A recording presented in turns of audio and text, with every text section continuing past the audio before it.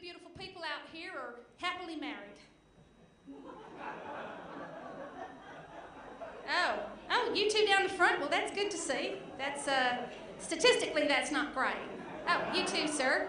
I noticed she didn't put her hand up. Is that a problem? Oh, right. Well, so I'll just ask another question. So how many of you folks here are just plain married?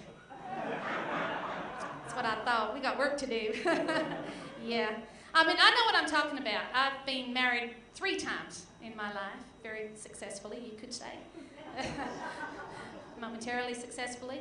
You know, when I was a little girl, and I know every little girl dreams of this. Every little girl dreams of hearing just 2 words just once in her lifetime. And those 2 words are, I do, aren't they? You thought it was up yours, didn't you, sweetie? No, that comes 3 years later down the track with divorce. But anyways, yes, I've been married 3 times. My first husband, he was a lot older than me. I was very young at the time. His name was Roy Longhorn III. He's the famous whistling cattle baron. Anybody got any of his albums? Nope, you're just not owning up to it. Well, he was very famous for time. He'd whistle, and he saw me singing one day, and he invited me to sing on one of his albums, and he whistled, and I sang, and we fell in love. And we got married, and we moved out to his ranch. He was very rich. He was a cattle baron. And we were having quite a nice life until, tragically, one morning over breakfast, he choked to death on a chunk of meat from one of his prize heifers. And that was the end of him. And I went into a bit of a funk, as you can imagine. And very fortunately for me, I very soon after that met the great love of my life. He was a tall, skinny feller called String Bean. His name was Roy, too. Funny that. Well, he was the fastest banjo player this side of the Rio Grande. I just loved him. I loved him so much. But unfortunately, he had an overactive metabolism and just faded out of sight one day. And left me totally bereft. I was heartbroken like you wouldn't believe. He was there one day and then he wasn't. Yeah, you don't want that to happen to you, I can tell you now. Has anyone had that happen to them? No? No? You put your hand, you're not sure. You're not sure if he's there or not. Yeah, I know it can be a bit like that sometimes in a marriage. Yeah. Because of that, I guess it was kind of a rebound thing. I then made the great mistake of marrying a cowboy.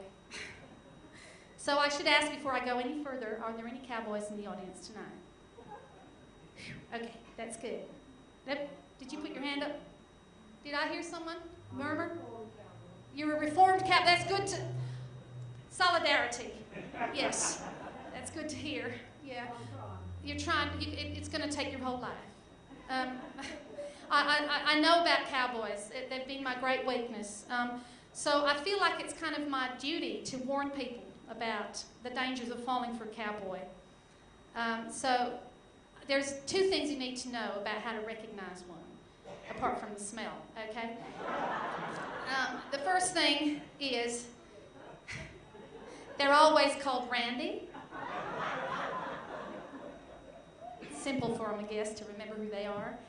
And the second thing is they always leave their boots on. But by the time you recognize that fact, it's all a little bit too late. So, anyways, I've written a little song about cowboys. It's my warning to you. And I think you should heed my advice and don't go anywhere near them if you can possibly help it. You're in the city, so you're probably okay. But they're very charming. Cowboys are very charming, and you got to watch them because they'll just take you from behind before you even have a chance to say ballyhoo.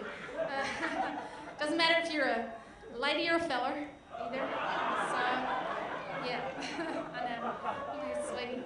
You've been there, haven't you, sweetheart? I know. Yeah, it's written in your eyes. Yeah. Oh boy.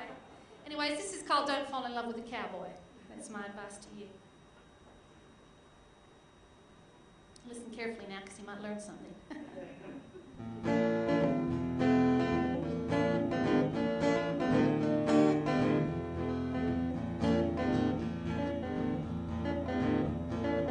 Don't fall in love with the cowboy. 'cause he'll just leave you blue and feeling hurt. He'll take his horse and ride to the grass's greener side, and he'll leave you there just standing in the dirt. Don't fall in love with the cowboy. He'll want you to play games with his lasso. He'll rope and tie and brand you, but he'll never understand you. 'Cause the cowboy quickly comes and then shoots through. Because the cowboy don't know how to love a woman. Oh, he'd rather love his horse than look at you. And if he's a cowboy from down under, well, you'll be put aside for sheep or kangaroo. Well, once I fell in love with the cowboy. Well, I thought he was the only man for me. But then that fateful day soon came. He called me by his horse's name.